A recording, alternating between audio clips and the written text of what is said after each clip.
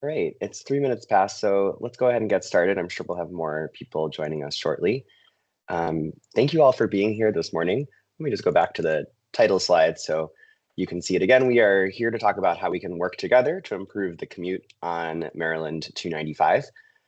My name is Finn Vigeland, and we'll do intros in a moment, but I'm really happy to have all of you here to talk a little bit about expanding transportation options and benefits to folks who live and work along the 295 corridor. If you haven't already, if you can go ahead and please introduce yourself in the chat with your name and your employer, as well as the number of employees at your work site, if that applies to your particular situation.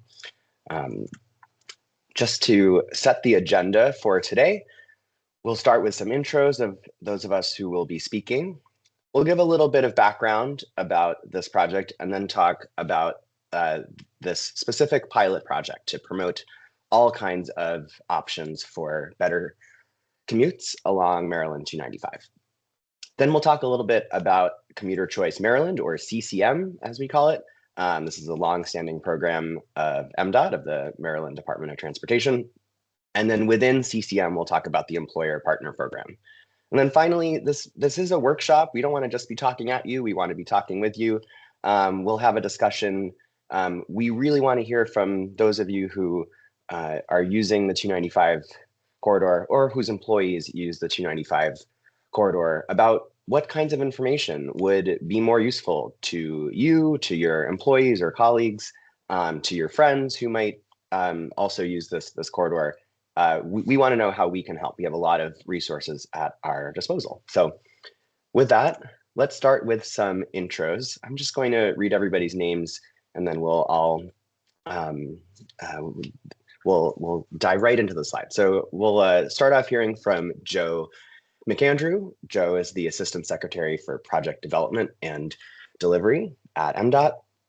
I'll be speaking after Joe. As I mentioned, my name is Finn Vigeland. I'm a project manager and senior transportation planner at Foursquare ITP. We'll also hear from Nikki Trasmonte. Nikki is the TDM, or Transportation Demand Management Coordinator at MDOT, and she works on the employer partner program of CCM. And then finally, we'll hear from Michelle Martin, who will help us facilitate the discussion at the end. Michelle is the project manager of CCM at MDOT. All right, and we have a couple of quick polls just to get a better sense of who's with us. I can see there's all sorts of intros flying in the chat, not able to see them myself right now, but starting with this first poll, we want to just get a better sense of who you are representing here today. Maybe you're just here on behalf of yourself. Maybe you are representing a private employer or business. Maybe you're here with a state or federal agency. Perhaps you're representing a local community group, or perhaps none of those categories apply, but we'd love to hear who you are, and that way we'll be able to better tailor our work over the course of this pilot.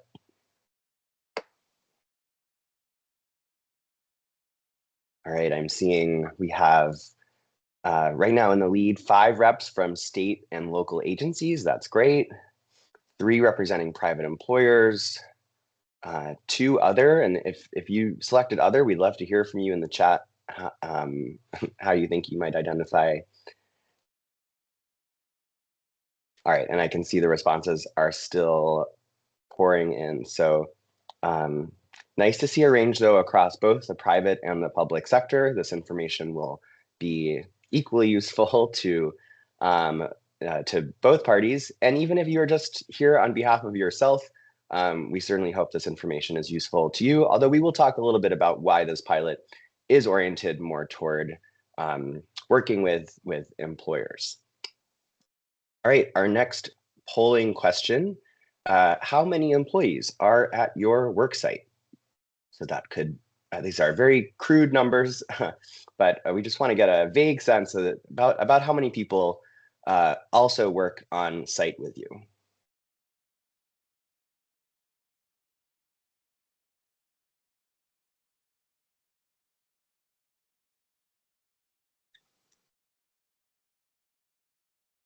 Okay, I see we have a lot of larger employers in the chat today. That's great. Wow, leading with 7 votes so far is the 50+ bucket. We should have made another bucket up top. Good to know. But that's great to see, and that's nice to know that this information could have a really, really wide-reaching impact when you share it back with all of your colleagues. Okay, I see now the smallest bucket also has a second vote. That's great.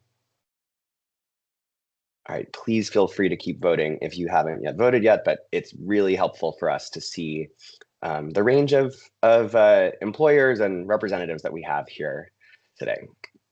With that, we're going to give a little bit of background information about this project, how we wound up here, and I will turn the mic over to Joe McAndrew of MDOT.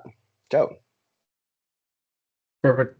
Fen, thank you. Thank you all for taking time to join today. My name is Joe McAndrew. I get the great honor of serving as the Assistant Secretary for Project Development and Delivery at the Maryland Department of Transportation under Governor Moore and Lieutenant Governor Miller's administration. I'm excited to be here today for a couple of reasons, but one is that, in the world of transportation and infrastructure, change oftentimes comes slowly. It takes a while to deliver projects, and those projects are oftentimes very costly. And what we might be trying to solve when they are delivered, or what we're trying to solve today, and then ultimately when they're delivered, might be very challenging. Fortunately, in terms of employer incentives and targeted transportation demand management opportunities, such as the ones that we're going to talk about today, we can deliver those overnight in relative terms at a fraction of the cost. And if we can scale at a size big enough in terms of across enough employers and employees, not only can we improve the satisfaction of the employee base or attraction and retention for employers, we can also see meaningful benefits in terms of the commute and reduce congestion and improved happiness. So I think in general, we see great opportunity here, and we're excited to work with you all to try to scale both for your own internal benefit, but also externally for better systems level travel demand. So appreciate your time. Next slide. A little bit on the background, where we're at from an MDOT and Moore Miller administration perspective. We're really focused and committed on doing our part to try to mitigate the negative impacts of transportation elements as a result of the loss of the Francis Scott Key Bridge.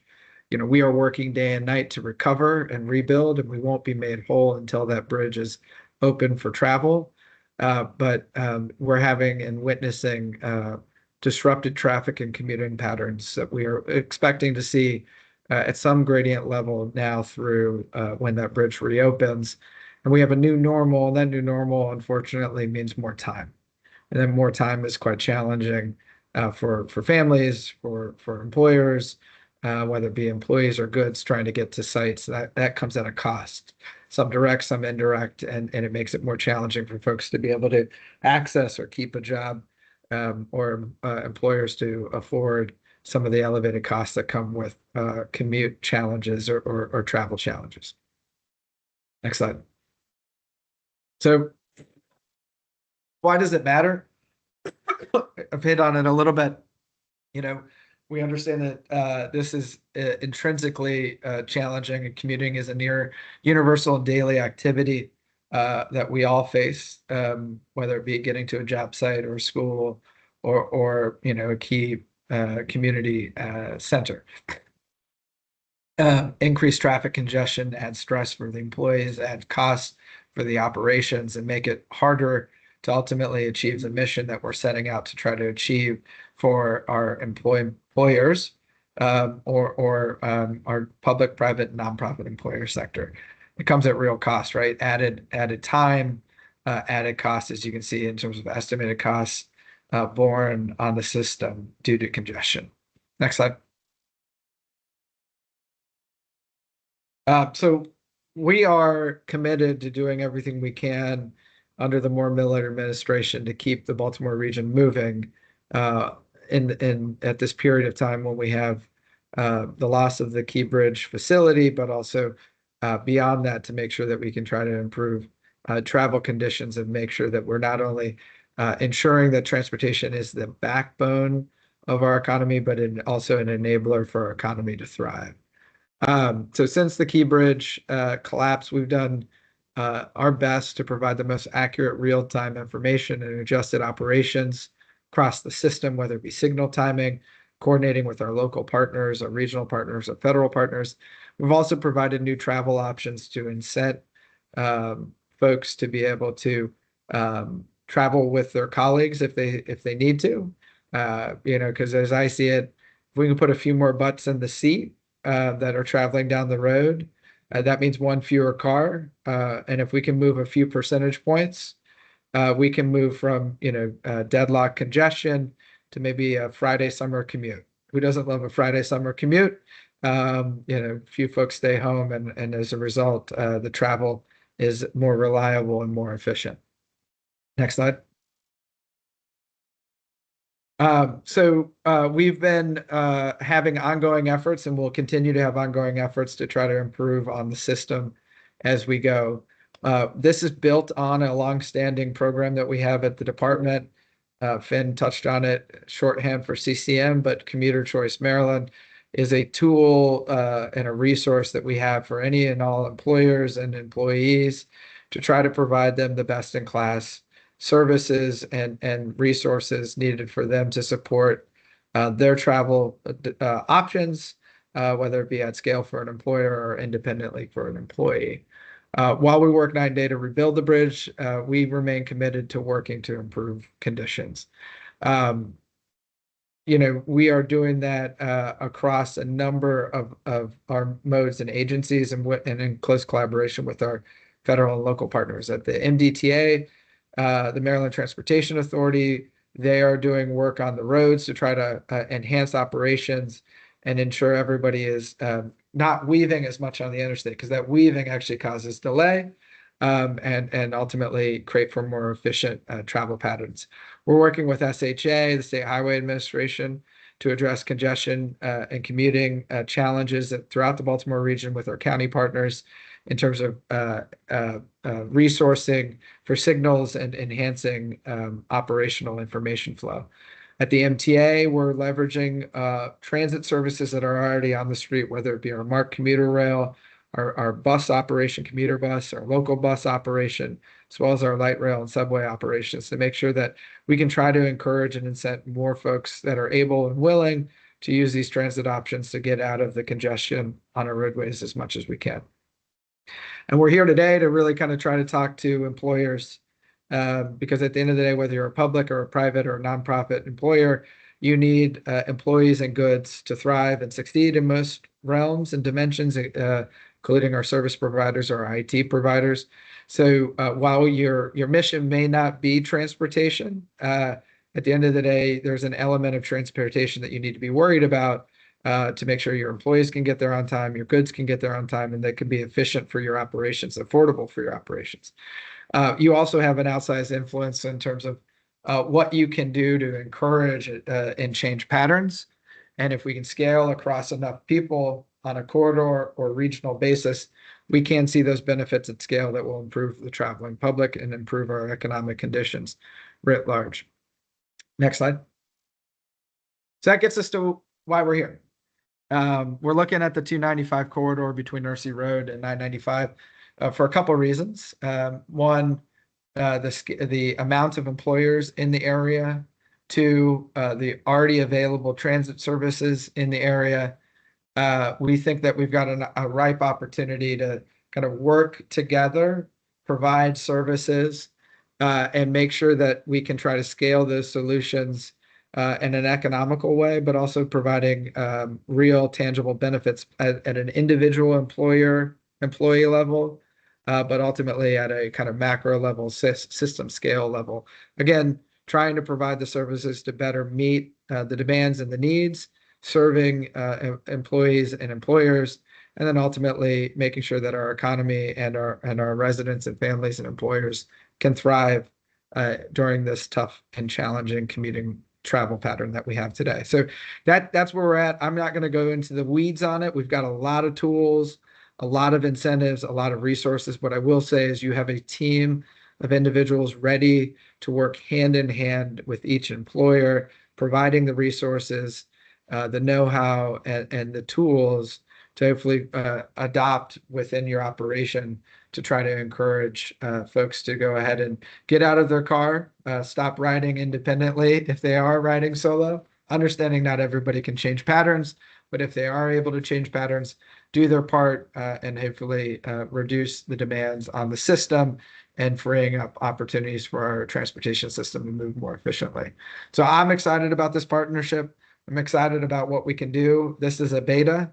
I'm confident that we're going to see successes and we're going to be able to take this to other areas of the region and other areas of the state that we see kind of that perfect tangible of a density of employers and a density of transit solutions that we can actually go ahead and marry them up in an effective way. But together, I'm confident that we can see successes both on-site for our employer base, but also at a scale across the Baltimore region. So with that, I'll go ahead and hand it back to Finn to keep this operation going. But from this acting secretary, Katie Thompson, all the way up to the governor, we appreciate your time and support on this endeavor. Thank you.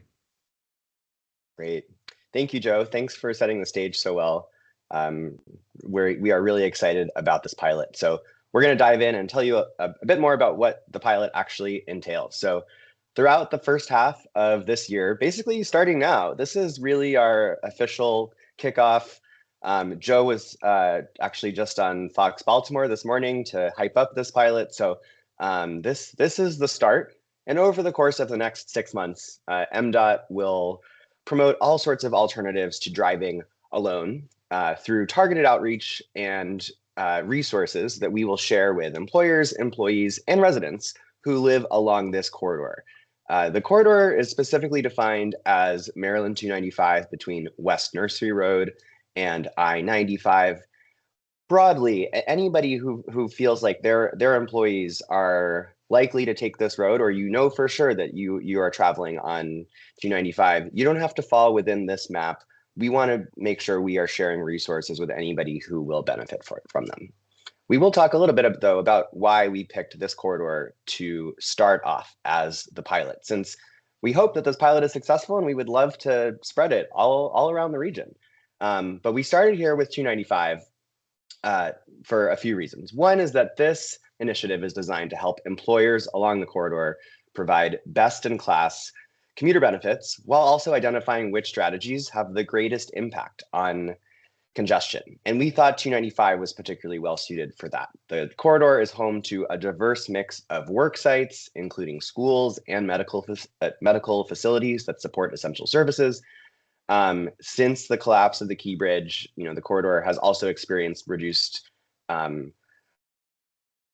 speeds. The reliability of getting from A to B has just dropped. So this felt like a good mix of workplaces and also particularly impacted by the collapse of the bridge. We also think there's a lot of potential here for converting trips from those drive alone trips to transit trips. There are a lot of transit options along the corridor that might serve as suitable alternatives for some people. We also know that MDOT has adjusted construction schedules, modified traffic patterns, and introduced those new incentives that Joe mentioned earlier to help ease congestion and improve safety. So it was a perfect storm of factors that led us to 295. Of course, MDOT's goal is to improve commutes everywhere. So if you feel like you fall a little bit outside of this corridor, that's okay. And we do want to connect you with resources, but the focus of our pilot will really be on reaching even more employers and employees who use this corridor to get to work. So what is this whole pilot about? There are two focuses, as I just said. We are providing free support for employers to establish or to improve their already established commuter benefit programs. We also will do targeted outreach to employees, including giving them resources and sharing incentives that basically help encourage travelers along the corridor to try out other options besides driving alone. Those options might include transit, carpooling or vanpooling, biking, and walking. So the two-pronged effort, both so that the employer improves the benefits that they're offering and the information that they're sharing to their employees, but we'll also do direct targeted outreach to employees so that they're aware of what their options entail.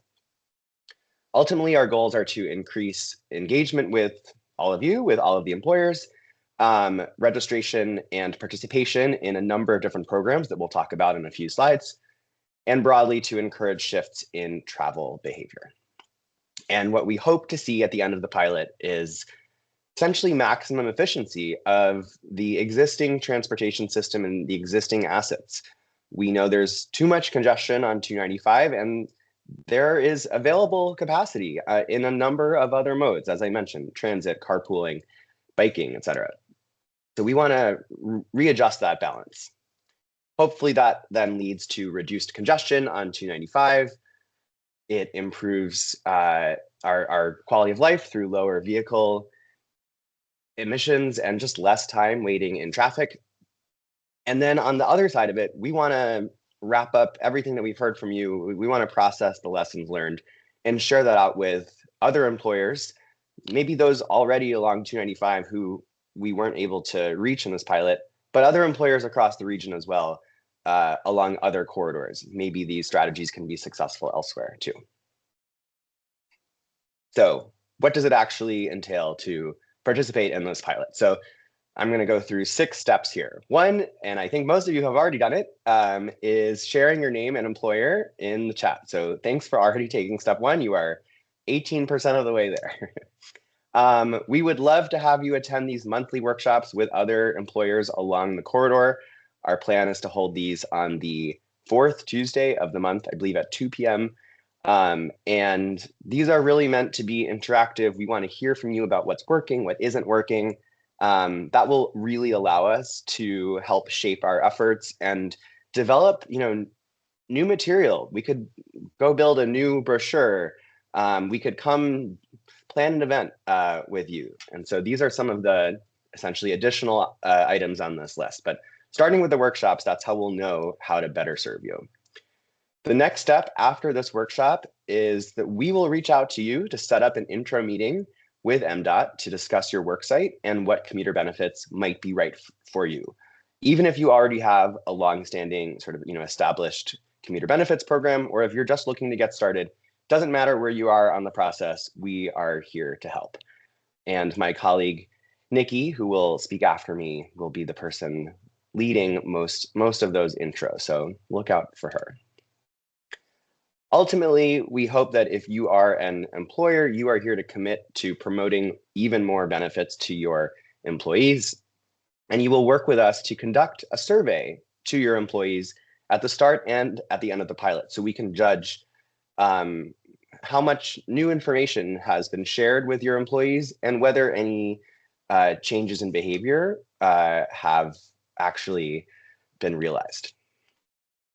Finally, we hope you'll share feedback with us, share the results of any successful efforts or any unsuccessful efforts. Those are helpful to know about too, and ultimately lessons learned so that we can continue to improve this program and take it on to other corridors.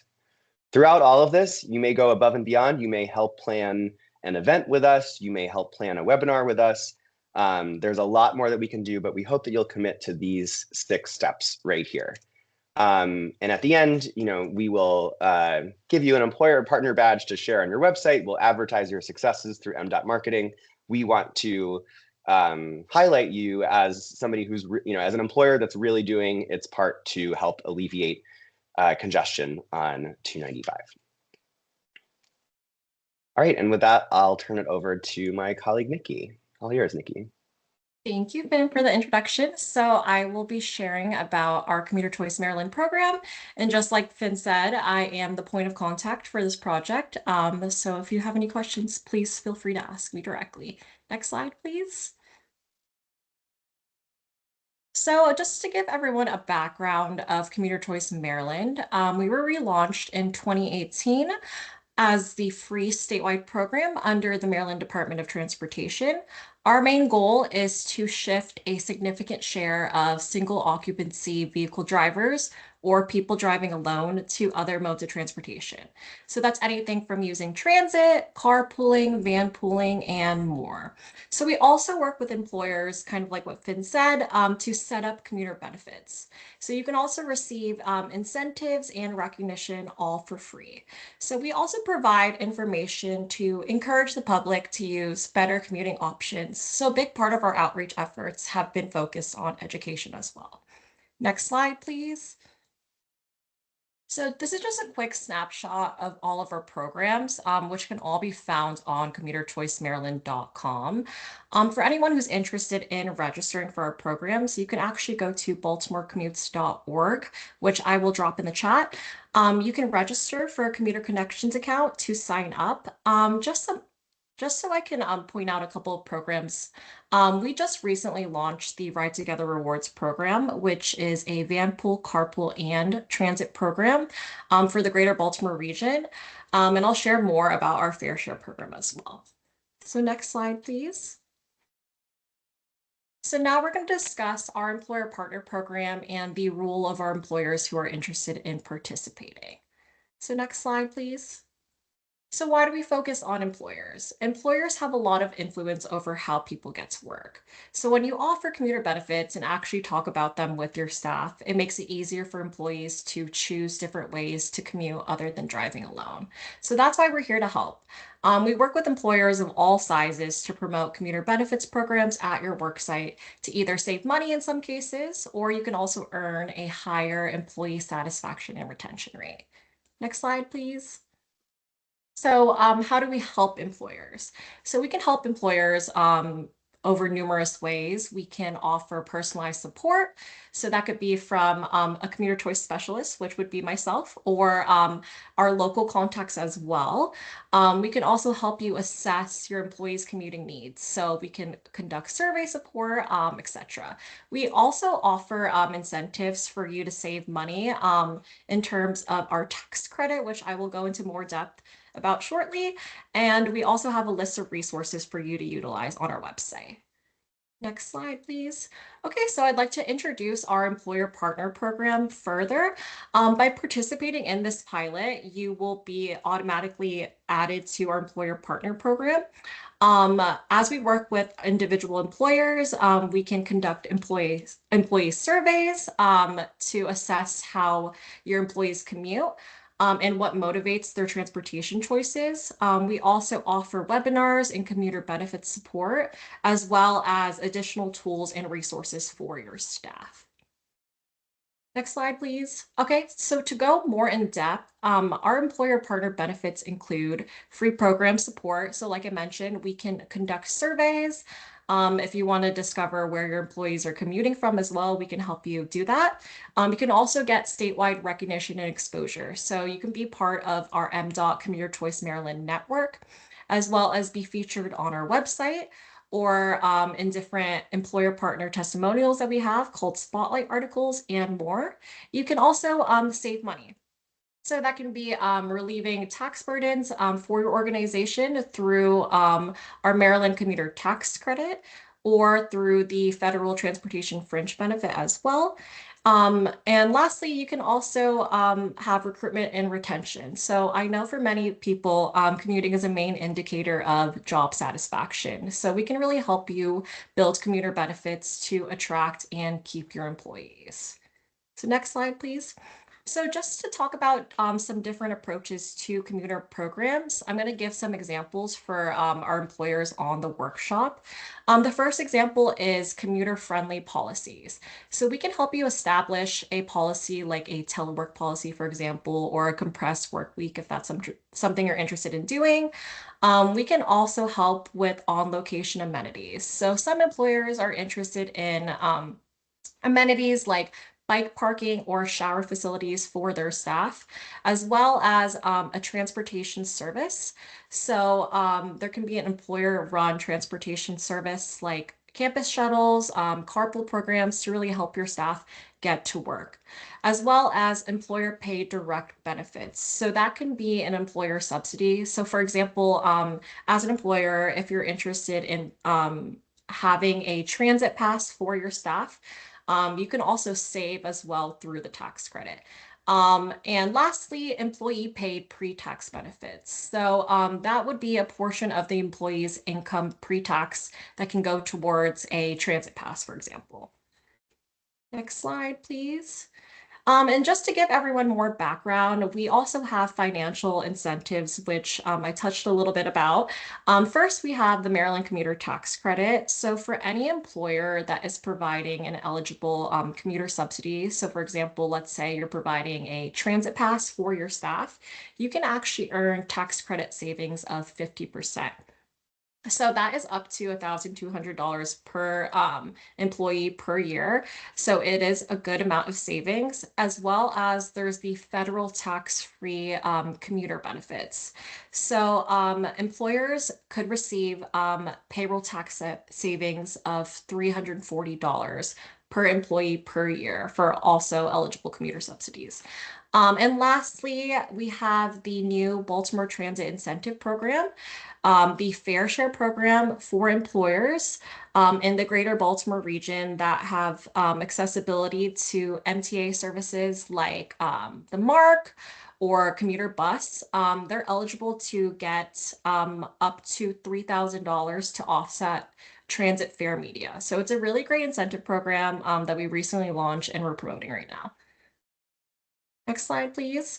So I'd like to also highlight how we can really highlight our employer partners through spotlight articles and testimonials. So you can see this example is some of our employer spotlights we've done for our partners like US Pharmacopoeia or UMBC. So it's a great way for us to kind of celebrate what you're doing for your staff.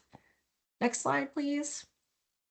So I'd like to introduce our guest employer speaker here today, a part of the 295 corridor. Erin McGinnis is the HR director at Holly Poultry, a further processing company in Baltimore. She joined the company in 2020 and supports a workforce of more than 500 employees, most of whom work on site. Erin partners with leadership on hiring, employee relations, and day-to-day HR operations, with a focus on maintaining a strong workplace culture. So Holly Poultry continues to grow with a new retail campus in Hanover, Maryland, while the Baltimore location remains the food service campus. So Erin, if you'd like to take it away and talk about your experience with us, that'd be great. Thanks, Nikki. I appreciate it. And thanks for having me. Like Nikki mentioned, I'm Erin McGinnis. I am the HR director at Holly Poultry. I've been with Holly Poultry since February of 2020, so almost coming up on 6 years. We are supporting over 500 employees, and like Nikki mentioned, most of our workforce is hourly and on-site, which means reliable commuting is a big part of daily life for our team. Like Nikki mentioned, we are a further processing poultry company based in Baltimore.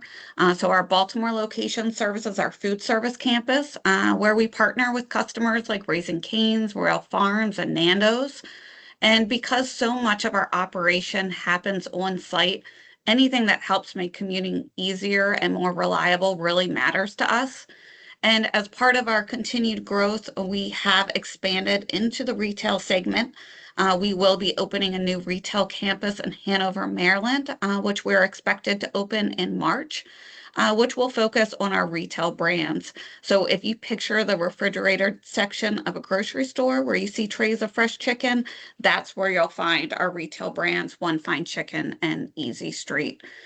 So we have been participating in the Commuter Choice program for many years. It was actually already in place when I joined in 2020. That was back when we were still using paper tickets, so we've come a long way. And part of my role when I joined in 2020 was just taking ownership of the day-to-day pieces. So making sure that employees knew the benefit existed, understood how to enroll, and also to make sure that they had access to the right resources through the Commuter Choice program. And for us, one of the reasons the program works so well is that it isn't something that we just mention once and move on. We make sure to keep it visible, so we talk about it during onboarding, we include it in reminders, especially in our monthly newsletter, and we make it easy for employees to ask any questions and get signed up. And we also make sure that it aligns with our attendance expectations. So employees that stay in good standing each month are eligible for the transit pass. So the commuter benefit is widely used at Holly. So we distribute well over 100 passes each month. And from an HR standpoint, we've seen a lot of practical benefits. One, as Nikki mentioned, which is super important, is the attendance and reliability. So when employees have a consistent, supported way to get to work, we see fewer last-minute transportation issues, and attendance is more predictable. Also, another benefit is recruitment and retention. So this is a real tangible benefit for our hourly roles. And being able to tell candidates that we can help with your commute removes a barrier, and it helps us stay competitive in the marketplace. Plus, it's a huge cost savings to employees. And then there's also the operational benefit. So as you can imagine, with over 500 employees, parking is in high demand. So it's great that we're able to support employees choosing transit, and it also takes the pressure off of parking on site at our operation. And from an administrative standpoint, the electronic passes through Charm Pass has really simplified things for us. So it's super easy to manage, super easy to distribute. And the team has been great. So they're very easy to work with. If we ever need to add an employee or troubleshoot an issue, they're very responsive and always help to resolve things quickly. And of course, on the financial side, like Nikki mentioned, the Maryland commuter tax credit. So that's been helpful as well. It's helped offset some of the cost of providing the benefit and reduces our tax liability. So it's a win-win. It's great for the employees, and it's also great for the business as well. So overall, our experience with the program has been well used. It supports our workforce in a very practical way and helps us in areas that matter to all employers, and that's the attendance and reliability, the recruitment and retention, and day-to-day operations. So that's a snapshot from Holly Poultry. I'm happy to answer any questions. I think Nikki is going to be sharing my contact information, so please feel free to shoot me an email or give me a call, and I'd be happy to answer any further questions. Awesome. Thank you so much, Erin. It's really great to hear how successful all of these different programs have been for you. And I think the thing I really want to highlight is that it's not just one thing, right? It's not just making sure people have transit passes. It's not just the commuter benefits or the tax incentive, the tax credit. There's so many different layers to this. It's making sure people are aware of it during the hiring process. So I love what a sort of all-inclusive, all hands on deck program it is, and it's great to hear that it's been so successful. All right, that brings us into our facilitated discussion. So I want to thank all of our speakers, and just to get everybody moving, we are going to start off with our last poll. So you heard Nikki talk a little bit about a variety of commuter benefits that are available to you and that she can work with you to set up. Those broad categories were, commuter-friendly policies like telework, on-location amenities such as bike parking, an employer-run transportation service like a shuttle or a facilitated carpool program, employer-paid benefits, and then also the ability for employees to pay for benefits pre-tax. So we would love to hear which of these you are already offering, or if you're representing yourself, which of these your employer is already offering. It's always helpful for us just to have a sense as to what resources are already out there. I think we'll share that poll in a moment.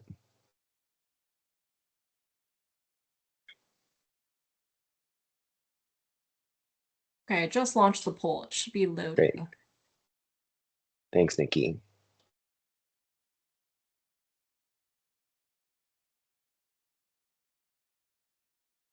Oh, and I think these might be, of course, you might offer more than one. So I think if you do offer more than one, pick whichever one you think has been most successful. And we'll certainly intake this information when you meet with Nikki to get started with this program. So please keep voting, but I want to move us into a discussion. Again, this really is a workshop. We do really want to hear from you because this is a brand new pilot. There are a lot of different directions we could go in, and we want to make sure it really works for all of you. So what would be most useful for us to start off is to hear from all of you what you hear most from your employees about their commuting challenges. Everybody should have the ability to turn on or off their mic. I did see some people saying they were only able to respond via chat. So of course, don't hesitate just to answer in the chat. But if you are able to use the raise hand feature, please feel free to do so. We would love to hear from you. So again, what are some of the most common commuting challenges you hear about from your employees?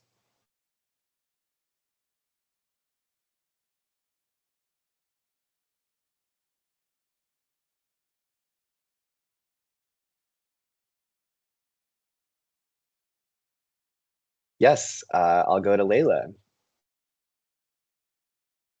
I was just going to share that I think our biggest concern is the congestion, like the traffic, like people who live in White Marsh that come, we work at the MBA in Glen Burnie. It can range between 45 minutes to 2 hours to get to work or to come home. And so like now people time it. They're like, I'm leaving at 3. I'll flex my time and work the rest of my day at home just to avoid the traffic. Yeah, that tracks. I'm glad to hear that you have a flex program that allows people to adjust their hours as need be. But yes, the variability of traffic is a big one.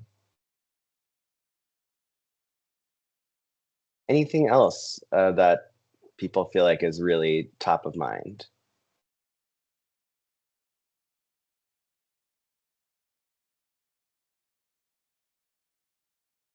Well, Finn, I'm just going to add that I know I've heard a lot of people say that they would take transit more if they had a guaranteed ride home. And I know we didn't mention it today, but there is a guaranteed ride home out there. And that's just one of the many programs that we can help guide employers and to help the employees know that they can participate and register for if they take, transit or carpool or vanpool at least twice a week. So I just wanted to share that because that's an issue that I know we hear often at the Commuter Choice Maryland program.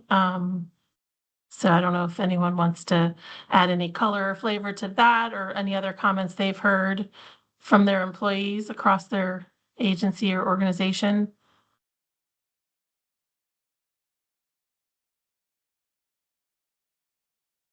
Good question. Is guaranteed ride home also available for those who bicycle or walk? And I believe the answer is yes, but I can certainly look into that because I haven't been asked that question before. Oh, Kirby said it is. Okay, Thank you, great. Kirby, for clarifying. I thought it was, but I didn't want to definitively say if I wasn't 100% sure. Anybody at an employer who publicizes the availability of guaranteed ride home? Yeah, I'm seeing from Sharon. Yeah, definitely sounds like something that could use even more publicity and marketing, and that's part of what this effort is about. We want to know where the needs are and how we can better connect the already existing resources to those unmet needs. Very often, I believe there may already be a program that suits those needs, but it's just about making that link, making sure that information flow is available. So yeah, Kirby's dropped a link in the chat to more information about it. But one of the things that we want to work with you on when you set up a meeting with Nikki is to identify sort of that full suite of what are your needs? What do you already offer? And what additional information would be useful? And if the format or the medium of that information could be improved, then we want to know that so that we can help you market it better to your employees. Oh, and I also just like to add that if an employer is interested in like establishing their own guaranteed ride home program, we can help you with that. And then you can also claim the Maryland commuter tax credit as well. So I kind of just sent a brochure of the different examples of different subsidies that would be included in the tax credit. I know some folks are saying that they don't have access to turn their mic on. I know we gave access to everyone, but sometimes Teams is funny that way. So please continue to put your comments in the chat, and we will have a live conversation with everyone as a follow-up when Nikki schedules time to meet with them. I just thought while people are thinking about what they're hearing from their employees and any challenges they might want to add to this conversation. You heard Joe and Finn and Nikki all talk about these new incentives. And if you don't know what they are, because we didn't really go into a lot of detail with those, you can earn, your employees can earn, you as an employee can earn up to $5 a day for 3 months to carpool. We also have a vanpool program, which is $500 a month towards the vanpool rental. These are really amazing incentives that we brought to bear because of the collapse of the Key Bridge and because we really wanted to provide opportunities for everyone to try different things, because we know it's not always easy to try new things, but you might find that you can do them once or twice a week, and they might be really good solutions for you or your colleague, or you and your colleague. And then there's also the transit incentive, which we did talk a little bit about. We talked about the Fair Share program, which is for employers, but there's also a transit incentive for new transit riders when they register as a new transit rider through the Charm Pass app. They can actually get a pack of free transit passes to try transit in the Baltimore region. So I just wanted to kind of put a little bit of information around those new incentives and new options. I see a few more chat items in here. Yeah, so the discussion that we're having right now is about making sure we are equipping anyone who ideally works, but also lives along the MD, Maryland 295 corridor with all of these options. So this is about making sure you're aware of that tax credit for employers. You're aware about those free charm passes, about the tools that we have to connect people to other carpoolers. So I see another comment about the difficulty of finding carpoolers. That's, there's a ride matching tool that we can work with you on. Michelle, you also mentioned carpool and vanpool. Could you clarify the difference between those two modes? Yep, carpooling is you're carpooling in your own vehicle with a colleague, a family member, or somebody you find on the ride matching tool. It generally is like in that 2 to 3, sometimes up to 4 carpoolers. A vanpool is when you're generally working with a vendor to rent a van, and you have usually in the neighborhood of 4 to 7 passengers in that van pool, and you share the cost, you share the driving. You're all generally heading in the same direction, and you meet at a park and ride, or you meet at 1 or 2 locations along the journey to get to work. And that I think that probably explains it a little bit. We can certainly get into more detail in follow-up conversations, but that's a good question, Finn. And I can put the ride matching tool in the chat as well, because that really is a great tool just for anyone, right? And I'll put that in there, but it's through the BaltimoreCommutes.org website with our partners at the Commuter Connections program in the DC region, where we partner on lots of awesome, amazing resources and tools. I don't see any more on the first question, Finn, if you want to go to the second one. I know. Yeah, I think, well, this is tied to it. What are the greatest needs that you think we can help fulfill? What are some of the needs that your employees may have related to commuter benefits or just in general around getting to work? Um, it might be something that we mentioned in this presentation, or it might be something else altogether. But what are some of the largest needs that we could help fill?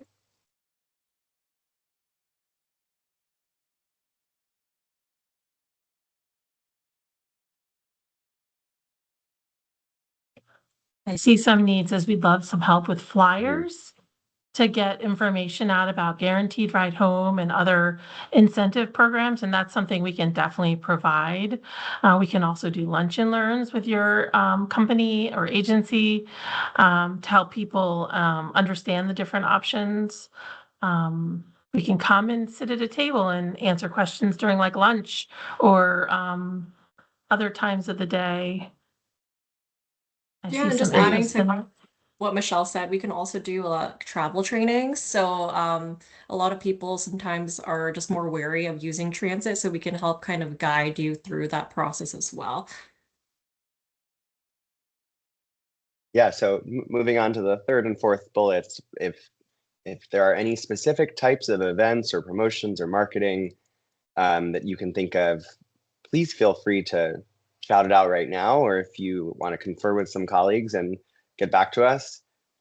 This is, and yes, I see Earth Day in the chat. We absolutely want to do a lot of events and outreach around Earth Day. That's a time of year when people give a little bit more careful thought to how they get around and to other alternatives to driving alone. So we absolutely are planning to do some events through that. And we want to partner with all of you. This, again, the purpose of this pilot is um, to really target our efforts to employers along the 295 corridor. I know there are a lot of business parks, particularly down closer to BWI. If there's something where we can work with you and other adjacent employers to try to coordinate something there, I feel like there's a lot of potential for that kind of outreach. So if you have the connection to the manager of the business park, or if you know that we could just set something up in your lobby, we would absolutely love to partner with you on that. So we really hope that over the course of the next month, as we set up these individual meetings with all of you and get a sense as to what you already offer and what your greatest needs are, you'll think through all of these ways that we might be able to really customize our assistance for you. This is, as you heard from Joe at the beginning, a huge focus of MDOT's right now.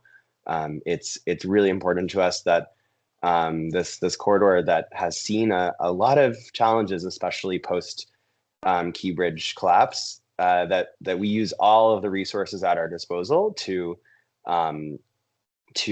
try to make it easier for everyone.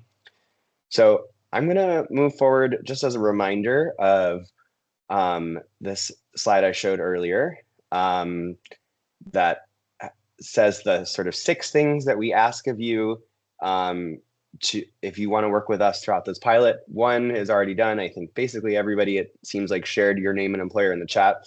If for some reason you weren't able to access the chat, I think everybody should have been able to, but if you didn't leave your name yet, or if you didn't want to share it publicly, Nikki can leave her email address in the chat, and you can feel free to reach out to her there, and we'll also show it on the very last slide.